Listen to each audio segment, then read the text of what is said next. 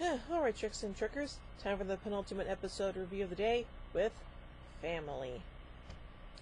The Enterprise D is docked at Earth Station McKinley, undergoing repairs and refitting following its battle with the Borg. The episode follows the interactions of three members of the crew with their family members. Lieutenant Worf's adopted parents, Sergei and Helena Rosenko, visit the Enterprise, having only just learned about his discommendation. Worf, though believing Eleven's support is too human, at first is embarrassed by this, but in the end appreciates their concern. Dr. Beverly Crusher receives a chest, kept in storage on Earth, containing her late husband Jack's mementos, including a holographic recording he made for Wesley when their child was only 10 weeks old. Beverly, though worried that the two of them have only recently truly come to terms with Jack's death, eventually gives the recording to Wesley. Wesley runs the recording and is uplifted by the message. Aww. Captain Jean-Luc Picard, recovering from his Borg assimilation, visits his family's vineyard in La Barre, France, which is run by his elder brother Robert, along with his wife Marie and son Rene. Jean-Luc is considering a position on Earth with an underwater research project called Atlantis. Robert has always been jealous of his brother's success and is concerned that Jean-Luc's presence will drive Rene to also join Starfleet. The two have a bitter argument and end up wrestling each other in a mud puddle, eventually culminating in an emotional reunion, with Jean-Luc admitting his sense of powerlessness and guilt for the things he did while under the influence of the Borg.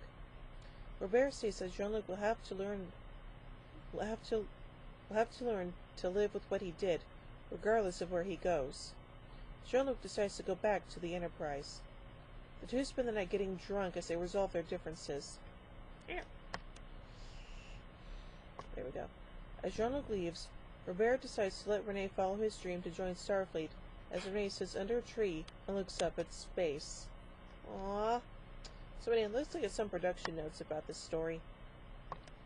The writing team initially looked to extend the Borg-based The Best of Both Worlds into a trilogy, but executive producer Rick Berman turned down the idea. So Michael Piller sought to have a plot in which Picard could address the effects of Borg assimilation. This caused some problems with the producers, as they were accustomed to bottle episodes and expected the status quo to be returned at the end of each installment. But Piller managed to convince both Berman and Gene Roddenberry. However, Berman had a caveat. The episode was required to have a science-based plot on board the Enterprise. The writers attempted to include this request in several versions, with plots suggested such as a child stowaway and a crew member suffering from a nightmare in which they see the other members of the crew disappearing. Berman relented on his request after several weeks, although the latter idea would later be used in Remember Me. Ronald D. Moore wrote the script and pitched it directly to Roddenberry in a meeting alongside Piller and Berman. Roddenberry described that he hated the episode idea as he felt that the animosity shown by the Picard brothers would not exist at that point in the future. He said it was not Star Trek, as it had no action or jeopardy. After the meeting was over, Morris, Piller, and Berman what he should do, and he was advised to ignore Roddenberry's comments and write the script. He never heard what happened with Roddenberry, but the script went through without any issues. Picard's family would later be mentioned once again in the 1994 film Star Trek Generations. The original idea was for Robert to die following a heart attack, but instead the operators opted to kill off both Robert and Rene off-screen in a fire. Aww. Throughout the years of the Next Generation, dozens of Jack Crusher-related spec scripts have been received. The scenes in Family were taken from one submitted by Suzanne Lambden. Piller found the scenes powerful, as the episode was produced shortly after the birth of his daughter. Although the episode was the second episode of the fourth season broadcast, it was the fourth episode produced. The scenes with the Picard family were shot on location with the house shot at a private home in Encino, Los Angeles, and the vineyard filmed at a dryland farming site in Lancaster, California, near Edwards Air Force Base. The two separate locations were merged on screen digitally by visual effects supervisor Dan Curry using matte paintings. Director Les Landau said it was the best episode of the series he directed, and one of the best episodes in general.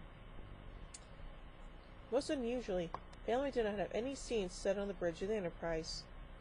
It is sometimes incorrectly stated that Family was actually the first episode in the franchise that did not use relevant standing bridge set.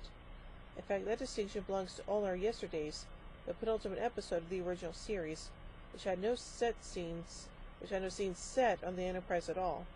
It is entirely planet-bound, except for one exterior space shot at the very end. Furthermore, part of the bridgehead is actually visible in Family through a briefly open doorway. Family had a diverse guest cast, portraying the various family members of the crew. Bickel and Brown were both well known in Yiddish theater circles, although there were concerns from the crew that they might seem comically Jewish on screen. But the fears were unfounded, and the duo later returned in the 5th season episode, New Ground. Kemp and Agar were known for a variety of television and stage performances. Birkin returned in the 6th season episode Rascals as Captain Jean Picard, and the characters changed into a pre-adolescent child by the transporter. The characters Robert and Renee were later mentioned in the film Star Trek Generations as they were killed off-screen in a fire. Doug Wood portrayed Jack Crusher, and later returned as the character in the 5th season episode Violations. The episode was also the only episode of Next Generation in which Brent Spiner did not appear as Data. I wonder why. So I say this is a pretty good follow-up to The Best of Both Worlds, and it is a pretty good story overall. So with that, I give Family 4 warp cores out of 5.